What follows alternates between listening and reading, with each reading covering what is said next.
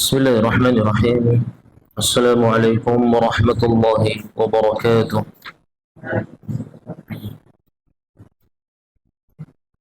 Alhamdulillahi rabbil alamin.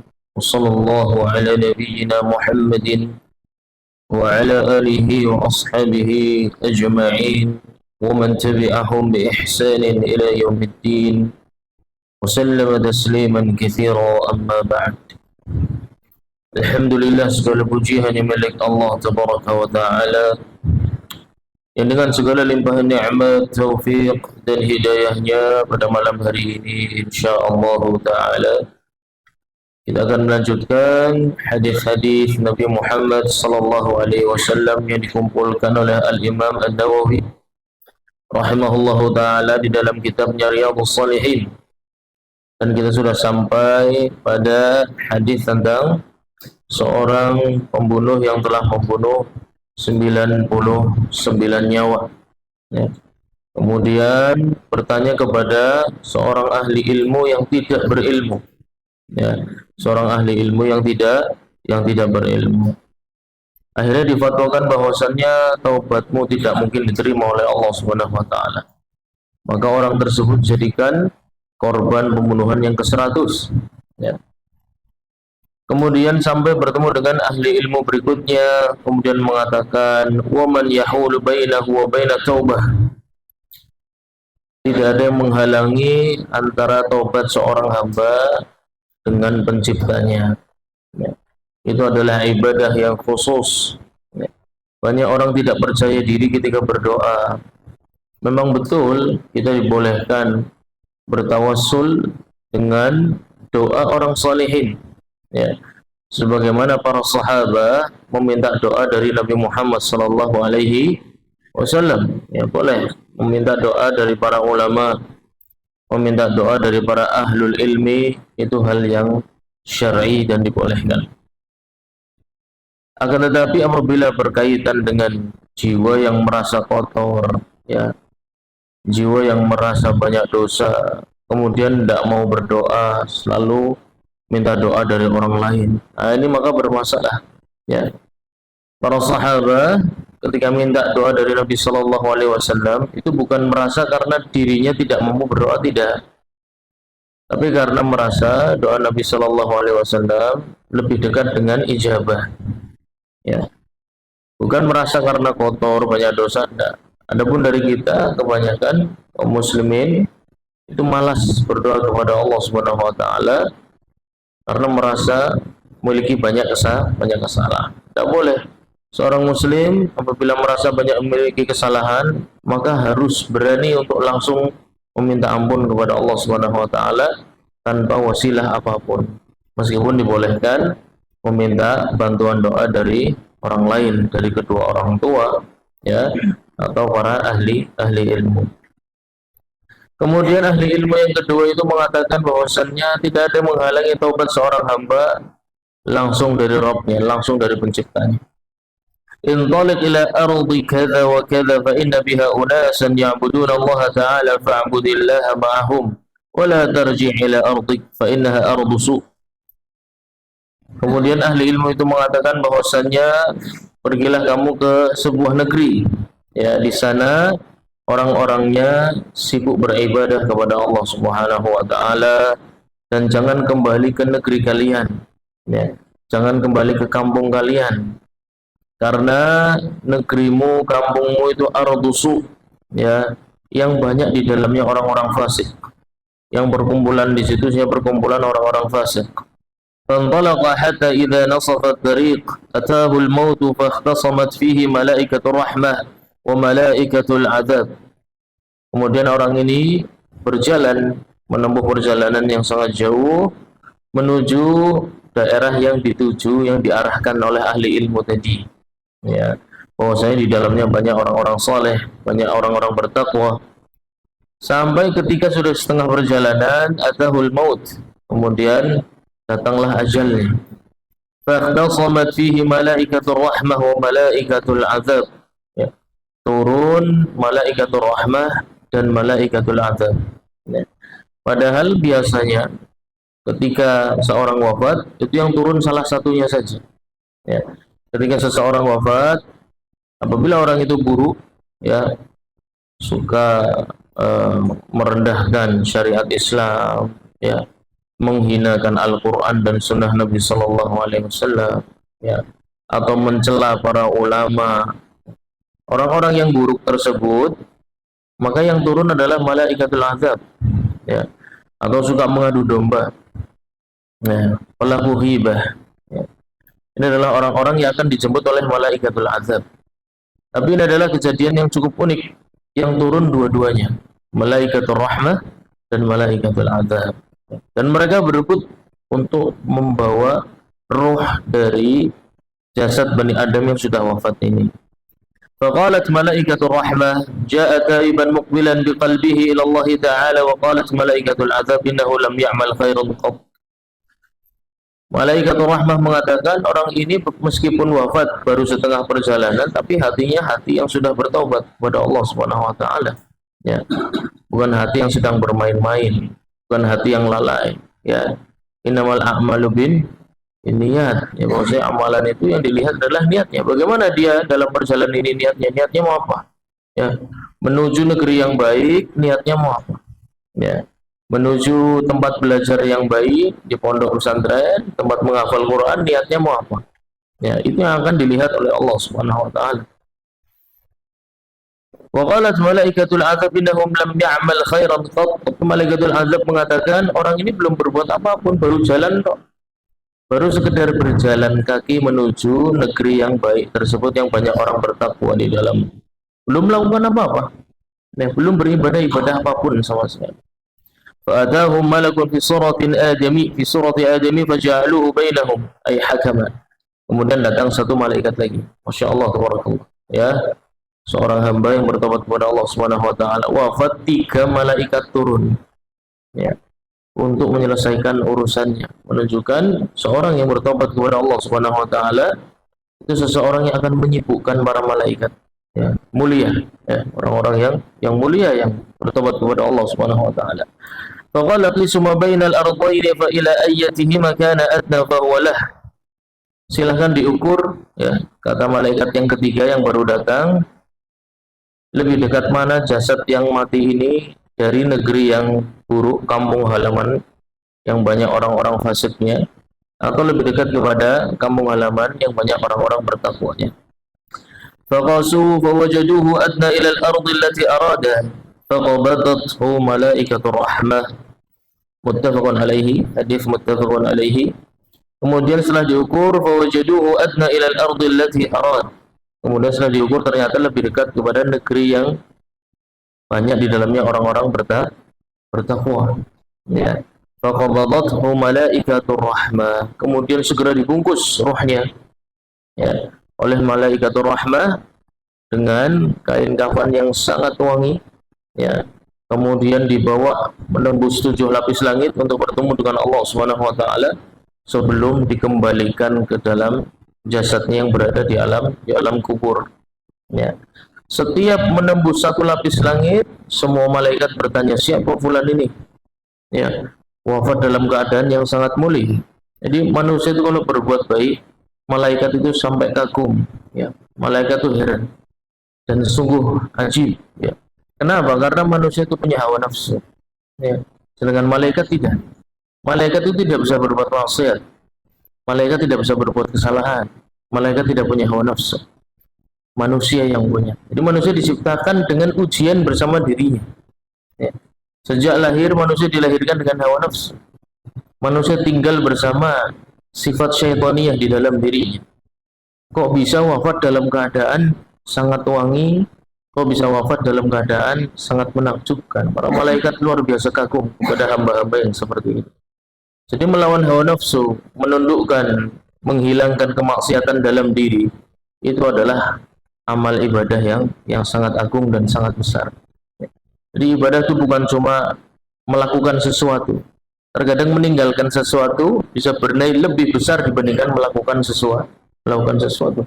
Ya, ada kesempatan, ada peluang untuk melakukan perbuatan maksiat, kemudian antum lebih pilih tidak melakukannya. Ya. Ada kesempatan, ada peluang membuka aplikasi-aplikasi di handphone yang membuat antum melihat sesuatu yang muharram, tapi antum pilih tidak, ya. Kemudian membuka mushaf, ya. Ada peluang untuk chattingan dengan lawan jenis, tidak ada orang melihat, ya, sesuatu yang sangat privat di kamar, kamarnya dikunci, tapi antum memilih tidak, ya. Antum lebih memilih untuk sibuk mendalami ayat-ayat Al-Quran dan Sunnah Nabi Muhammad SAW, meninggalkan hal-hal seperti inilah yang membuat malaikat kagum, ya, terhadap jiwa-jiwa yang Allah Subhanahu Wa Taala takdirkan hidup bersama hawa nafsunya sendiri.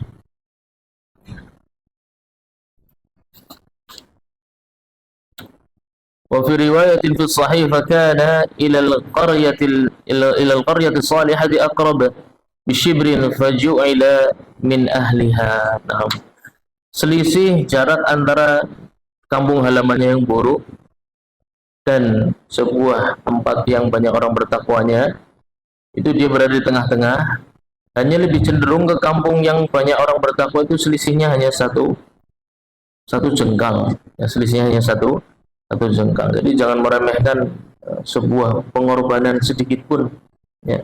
Jangan meremehkan sekedar bangun sebelum salatul fajr 15 menit, ya, atau 10 menit, ya, nampaknya sedikit selisihnya, ya. Bangun 10 menit sebelum azan subuh dan bangun ketika azan subuh itu waktu yang sangat sedikit, selisihnya cuma 10 menit. Tapi 10 menit itu bisa menentukan surga dan nerakanya seorang hamba, ya. Ini jangan meremehkan, ya. Atau duduk di antara salatul maghrib dan salatul isya, ya, jaraknya sedikit, ya, nggak ada 1 jam, 45 menit sampai 50 menit, ya. Tapi 50 menit itu bisa sangat berat timbangannya di hadapan Allah Subhanahu wa Ta'ala. Jadi jangan pernah meremehkan ibadah apapun, ya. Jangan pernah meremehkan waktu yang antum gunakan untuk mendekat kepada Allah Subhanahu wa Ta'ala, meskipun sedikit, ya, meskipun sedikit.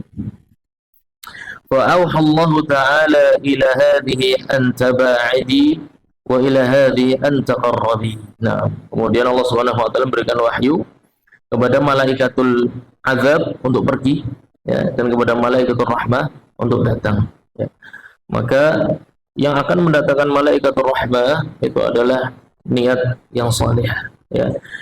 Niat yang baik dimanapun antum berada, ya, di dalam rumah, di luar rumah, di negeri sendiri, di negeri orang, di sekolah, dimanapun. Niat yang memang baik, yang ingin mendekat kepada Allah Subhanahu wa Ta'ala, itu akan mendatangkan malaikatul rahmah, meskipun nampaknya antum sendirian, ya, namanya sendirian, bangun malam, ya, bangun tidur, mungkin tengah malam terbangun jam 1, ya, jam 2. Ada pilihan untuk melanjutkan tidur atau mengambil waktu duduk di masjid sejenak, ya.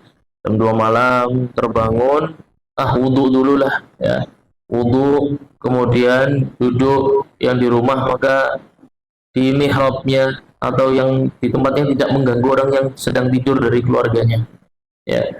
Kemudian mengambil mushaf, membaca, nggak usah muluk-muluk, ya. Ketika bangun malam harus 1 juz 2 juz, nggak harus, ya. Bangun malam mungkin selisih cuma, ya, nambah 5 sampai 10 menit, kemudian tidur lagi 5-10 menit, itu bisa jadi sebuah timbangan yang menjadi selisih, ya, selisih yang sedikit tapi menyebabkan seorang hamba akhirnya Allah masukkan ke dalam surganya, bisa jadi. Jadi jangan pernah meremehkan antum, dari 15 menit maning turu maning bewis, ya. Jangan pernah meremehkan, tinggal 5 menit lagi tidur lagi aja lah, tanggung azan. Jangan pernah meremehkan, ya. Tersisa 5 menit, tersisa 10 menit, antum bangun malam. Tidak harus bangun malam 1 jam 2 jam, tidak harus, ya. Ke kamar mandi, ambil wudhu, duduk sebentar, baca Quran 5-10 menit, tidak usah lama-lama, ya.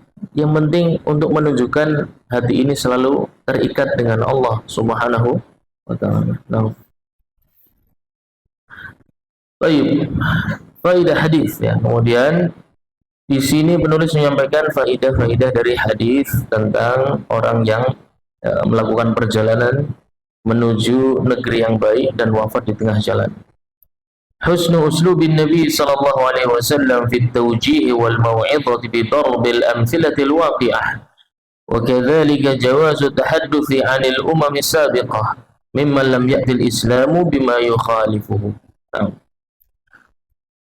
Nabi sallallahu alaihi wasallam dalam berdakwah selalu menggunakan permisalan, ya, permisalan atau contoh yang nyata, ya, contoh yang nyata. Tadi misalnya untuk menggambarkan bagaimana cara Anda menghormati waktu yang sedikit, ya, dan bagaimana cara Anda mendekat kepada Allah Subhanahu wa taala dengan hati yang jujur meskipun waktunya sedikit. Contoh tadi, bangun malam ingin ke kamar mandi jam 3, oh masih jam 3, subuhnya masih lama, anger ngaji di sejam kok jam 4, ngantuk, besok saya kerja dan lain sebagainya. Selalu ada alasan untuk tidak berbuat kebaikan, ya. Tapi antum pilih, udahlah, kamar mandi, wudu, ambil mushaf, 5-10 menit, nggak apa-apa, tidur lagi, nggak apa-apa, ya. Tapi 5-10 menit itu bisa jadi pengorbanan yang sangat mulia di hadapan Allah Subhanahu wa taala. Itu contoh. Jadi dalam berdakwah, dalam mengajak orang, gunakan permisalan-permisalan dan contoh-contoh yang waqi', yang nyata, ya, yang antum hadapi, ya, dalam menasihati anak misalnya, ya, dalam menasihati anak untuk ketika datang ke sekolah harus menghormati guru, ya, menghormati yang ngajar di sana. Contohnya bagaimana, ya, ketika bertemu kemudian pegang tangannya, kemudian ucapkan salam, ya, kemudian kalau bertemu dilihat matanya, bukan cuma sekedar lewat-lewat atau salam seperti orang, ya, formalitas, ya, untuk menghormati yang betul, ya, untuk menghargai yang betul, ya. Itu adalah contoh bagaimana seorang dalam berdakwah mengajak kepada kejadian-kejadian yang waqi', kejadian-kejadian yang nyata, ya, diberikan contoh seperti itu merupakan uslub Nabi Muhammad sallallahu alaihi wasallam. Kemudian kata penulis, dibolehkan untuk mengambil pelajaran dari umat-umat terdahulu sebelum Islam, ya, umat-umat terdahulu sebelum Islam, karena kisah ini ada di zaman sebelum Nabi Muhammad sallallahu alaihi wasallam, ya. Beliau menyatakan, hadithu an bani Israel wala haraj. Kata Nabi sallallahu alaihi wasallam, kisahkan kisah-kisah Israiliyat, ya, atau Bani Israel selama sesuai dengan syariat Islam, ya, selama sesuai dengan syariat Islam, wala haraj, jangan terlalu pusing, ya, selama kisah tersebut sesuai dengan syariat Islam, walaupun kisahnya Israiliyat, yaitu berkaitan dengan umat sebelum Islam, Bani Israel, itu boleh untuk disampaikan pelajarannya. Kisah Nabi Isa alaihissalam banyak, ya. Jadi menyampaikan pelajaran, menyampaikan ibrah, itu tidak harus dengan kisah para sahabat, ya, tidak harus dengan kisah para sahabat. Terkadang ada kisah-kisah yang tidak terjadi di zaman para sahabat yang sesuai dengan kejadian, tapi terjadinya di umat sebelum Islam. Dan tafsir Al-Quran yang banyak mengungkap riwayat-riwayat Israiliyat, salah satunya adalah tafsir Ibnu Katsir, ya. Al-Imam Ibnu Katsir itu sangat banyak meriwayatkan hadis-hadis Israiliyat, ya. Israiliyat itu adalah kisah-kisah tentang Bani Israel, ya, zaman sebelum Islam. Jadi jangan sampai antum sebagai talibul ilmi kemudian tidak tahu, ya. Kemudian nanti kalau ada kisah-kisah Bani Israel, itu kisah sanadnya lemah, kisahnya dari Bani Israel, labas, sanadnya lemah, nggak ada masalah. Kenapa? Yang penting maknanya tidak bertentangan dengan syariat Islam, dilihat maknanya. Ini banyak dakwah-dakwah yang menyempitkan terhadap syariat Islam. Katanya untuk memahami Islam hadisnya hanya yang sahih saja, ya. Padahal para ulama sejak zaman dahulu itu sudah berhujjah dengan hadis yang dhaif, ya. Hadis yang dhaif boleh jadikan hujjah selama sesuai dengan hadis yang sahih, Ya, hadis yang dhaif boleh jadikan hujjah selama maknanya sesuai dengan hadis yang sahih. Ya, itu kaidah-kaidah yang digunakan para ulama salaf. Kalau kita hanya menggunakan hadis yang sahih saja, maka tidak akan cukup untuk berhujjah terhadap perbuatan para ulama salaf. Nanti Anda akan belajar insyaallah taala perlahan-lahan. والنفوس التي فيها استعداد للخير والحق ترجع إلى الاستقامة وإن انحرفت بها الأهواء حينا عن طريق الهدى. Nah, tadi kisah tentang pembunuh yang ingin bertaubat, ya. Kemudian bertanya kepada ahli ilmu yang pertama, yang ditanya akhirnya dibunuh jadi yang ke-100. Tapi itu tidak menghalangi dia jadi orang baik. Dia cari ahli ilmu yang kedua, menunjukkan bahwasannya dalam mencari kebenaran, seseorang terkadang terjatuh dalam kesalahan yang sama. Ya, dalam berjalan menuju Allah Subhanahu wa taala, seseorang terkadang terjatuh dalam kesalahan yang sama berulang dan berulang. Ya. Tapi husnul niyah, niat yang baik akan mengembalikan orang itu selalu ke jalan yang lurus. Ya. Maka kalau ditanya rahasianya istiqomah itu apa? Rahasianya adalah niat yang jelas, niat yang baik. Ya, husnul niyah. Ya. Makanya di awal kitab Riyadhus Shalihin, di awal-awal itu babnya tentang ikhlas, bab tentang ikhlas. Karena niat yang murni, ya, niat yang baik, niat yang tulus, itu selalu mengembalikan orang yang sempat tergelincir pasti kembali ke jalan yang lurus, sudah pasti. Ya. Oleh karena itu Imam Ahmad ibn Hanbal rahimahullah ta'ala menasihatkan kepada anaknya, ya bunay, inwil khaira fa innaka fi khairin ma nawaitahu. Ya. Wahai anakku, perbaiki niat kamu. Ya. Kamu harus punya tujuan hidup yang jelas mau kemana. Ya.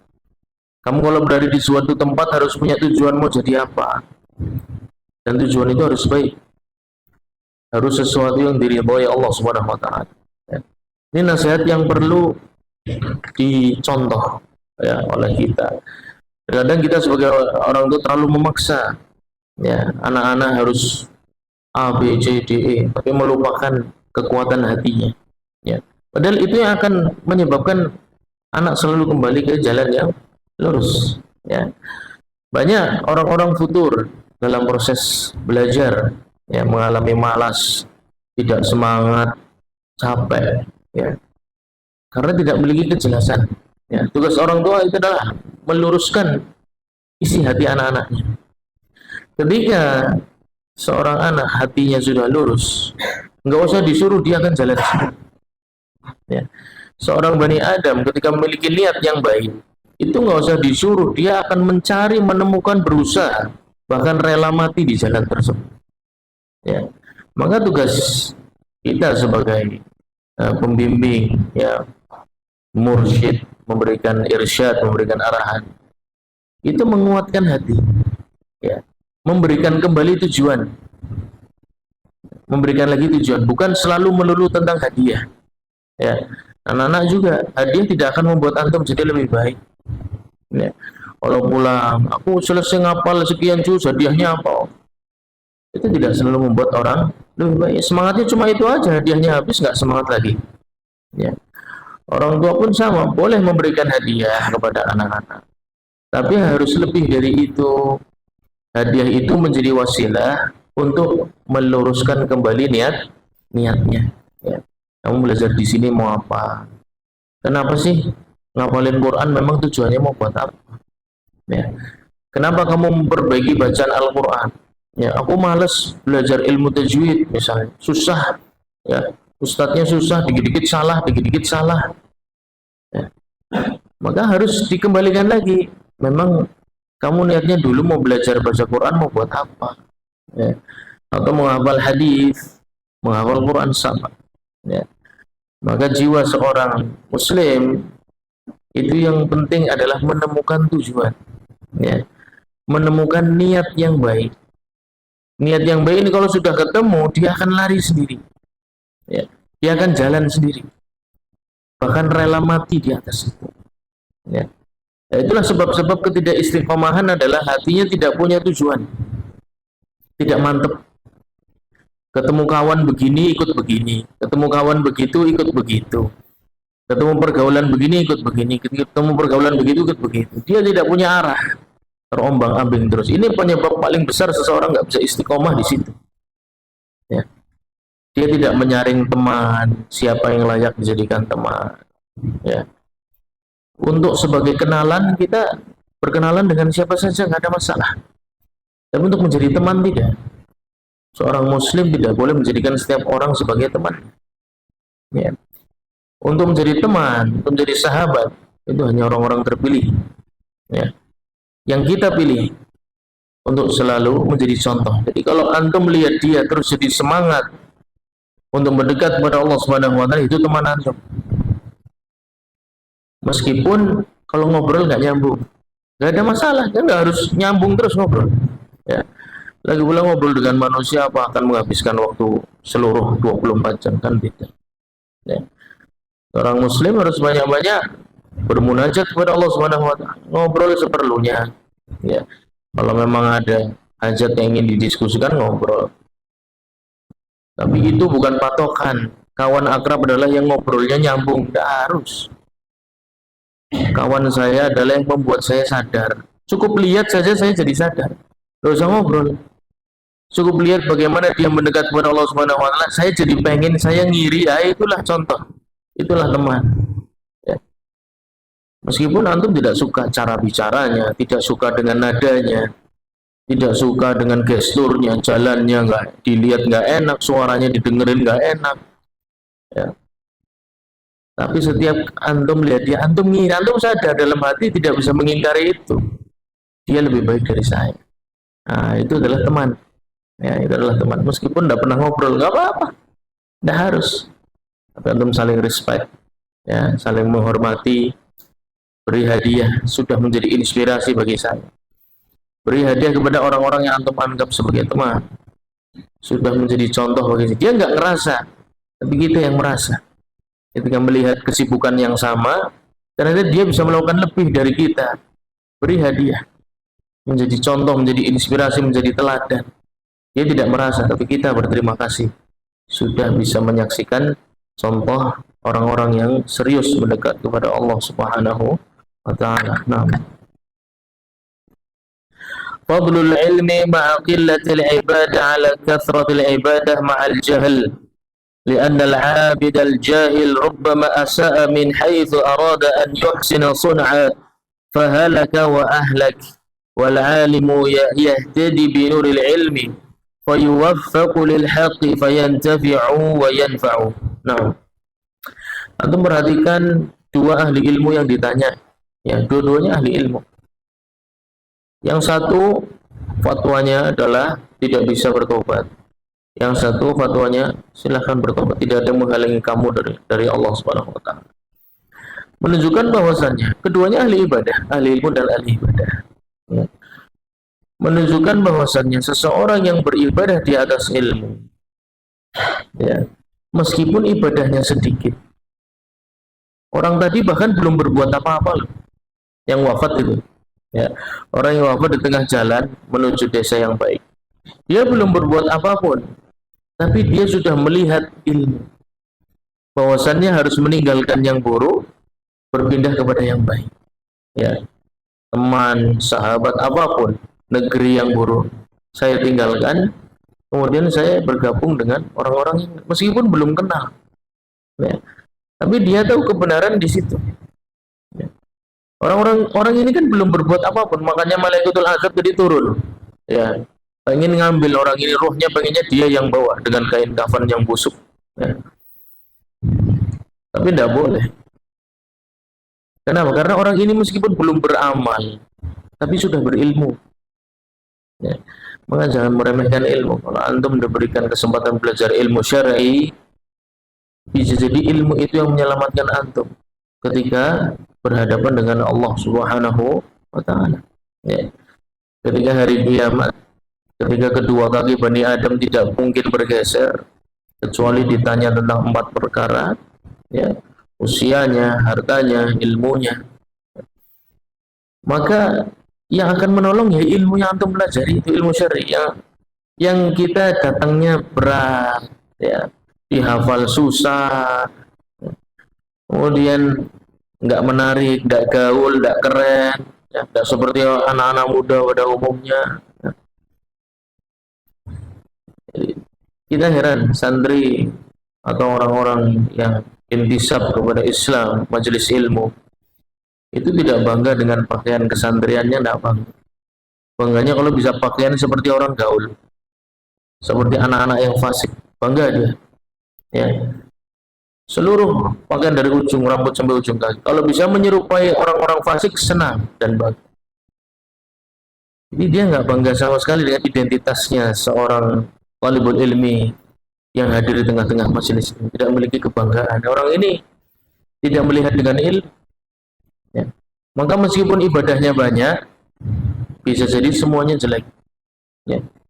Tapi orang kalau melihat dengan ilmu, meskipun ibadahnya sedikit, yang menjemput adalah malaikatur rahmah. Dimanapun dia berada. Ya. Karena dia tahu yang dia tuju jelas. Dia punya tujuan yang jelas, punya arah yang jelas. Dia punya niat yang jelas. Ya. Ilmu itu akan memperbaiki niat seseorang. Ya. Maka jangan malas untuk selalu mencari ilmu syar'i, karena itulah yang akan menyelamatkan kita di kehidupan berikutnya insyaallah ta'ala. Wal alim yahtadi binuri ilmi. Kemudian seorang yang berilmu seperti ahli ilmu yang kedua, sudah dia bermanfaat untuk dirinya sendiri, bermanfaat juga buat orang lain. Ya. Ahli ilmu yang kedua ahli ibadah dan berilmu. Dan orang yang bertanya kepada dia bisa menjadi sebab masuk surga gara-gara satu pertanyaan. Bayangkan, ya. Antum tidak akan menyangka siapa di antara kita yang akan masuk surga terlebih dahulu. Ya. Atau orang-orang yang ada di sekitar kita, semua kita nggak akan nyangka. Ya. Bisa jadi dia masuk surga sebab sebuah amalan yang tanya kepada antum. Pernah satu kali tanya, Ustaz, ya, apa hukumnya ini. Kemudian antum jawab. Kemudian dia amalkan dalam kehidupan. Sebab itu dia masuk surga.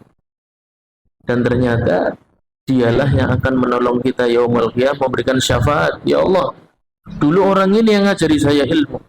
Ada sebuah amalan yang tidak pernah saya lakukan, setelah tanya sama dia saya lakukan. Dengan ini saya masuk surga, tolong masukkan orang itu juga ke dalam surga saat ini juga. Antum tidak akan sangka.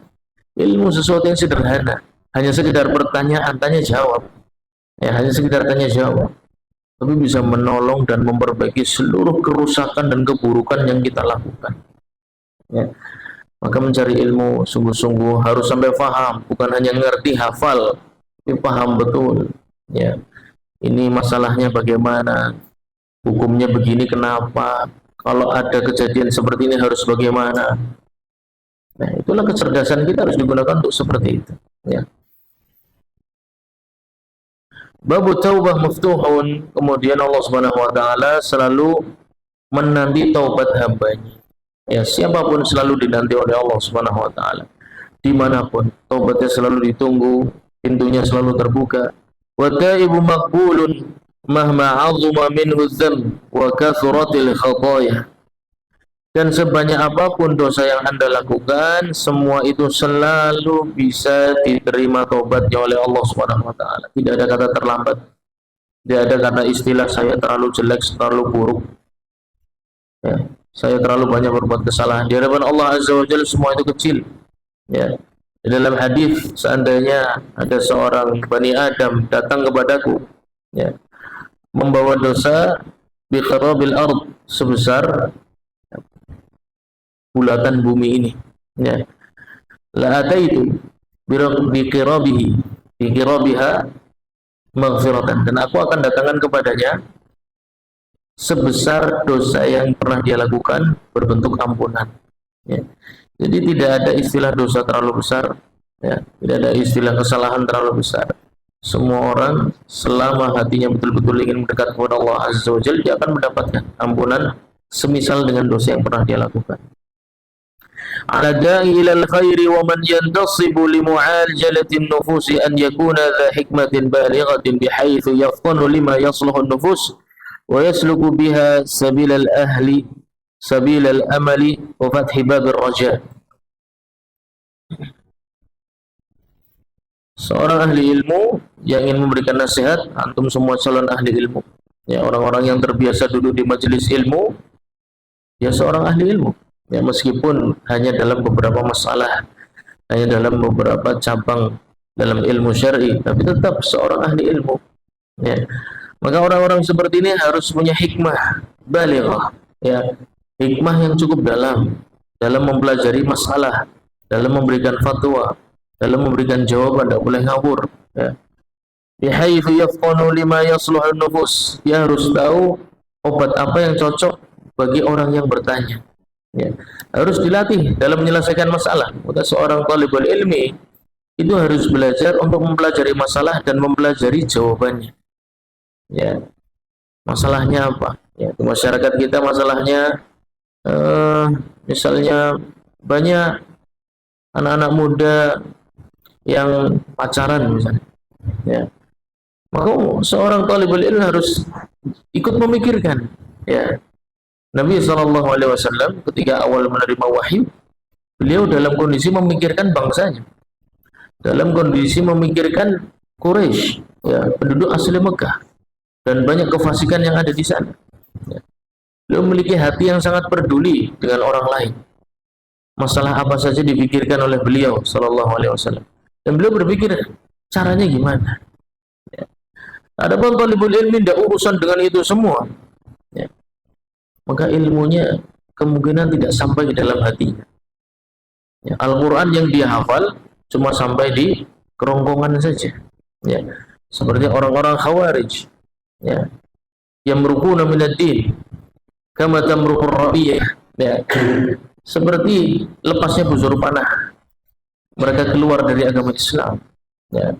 Orang-orang itu banyak mempelajari Islam bukan semakin cinta, bukan semakin dalam, bukan semakin mengamalkan, tapi semakin jauh, perbuatannya semakin buruk, semakin jahil, semakin fasik.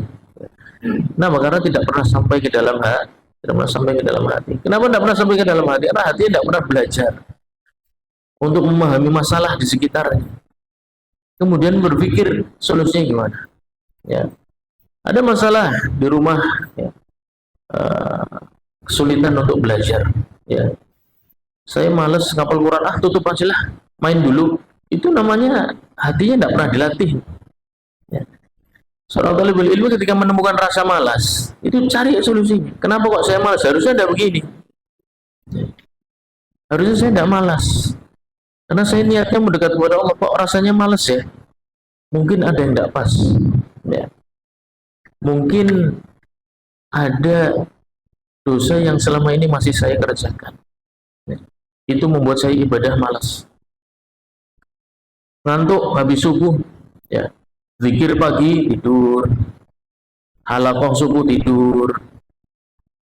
Seorang talibul ilmi tidak boleh cuek, karena harusnya tidak, ya. Tapi hatinya cuek, ngantuk, tidur aja, pikir pusing. Kalau melek, ngapa lagi? Ngantuk, tidur lagi, ya. Jadi tidak pernah dia menyelami hatinya sendiri. Saya kayaknya nggak bener nih kayak gini, ya. Ada hal yang harus saya perbaiki dari diri saya. Itulah hati yang harus selalu belajar, ya. Tapi kalau hati tidak pernah dididik untuk mempelajari masalah, masalah orang, masalah dirinya sendiri aja, ya. Saya kalau antri mandi terlambat terus, ya. Datang ke masjid terlambat, masalahnya kamar mandi terus, ya. Buang air kecil lah, buang air besar lah, mandilah, ini itu. Tapi dianggap itu masalah biasa. Nah, ini bahaya kalau orang sudah nggak melatih hatinya untuk sensitif terhadap masalah. Dia nggak terlatih menyelesaikan masalah. Masalah sendiri itu harus selesaikan, ya. Mau tidur nggak bisa tidur, kenapa? Lapar. Lah biarinlah, tidur aja. Nggak bisa. Ya, akhirnya tidur tidak, lapar iya, makan juga enggak. Hatinya tidak pernah berpikir, kenapa? Oh ternyata waktunya makan, saya tidak makan, ya. Waktunya tidur saya tidak tidur, bangunnya kesiangan. Saya kalau subuh telat terus. Ya. Tapi orang dengan hati yang tidak baik itu cuek dengan kesalahan begitu biasa aja. Tidak punya rasa malu pada Allah. Ya. Jadi hati harus dilatih untuk sensitif merasakan kesalahan diri. Gara-garanya apa? Terus solusinya bagaimana? Itu adalah hati manusia terbaik yang pernah melangkah di atas bumi Allah Azza wa Jal, Nabi Muhammad sallallahu alaihi wasallam. Hati yang selalu berpikir, ya.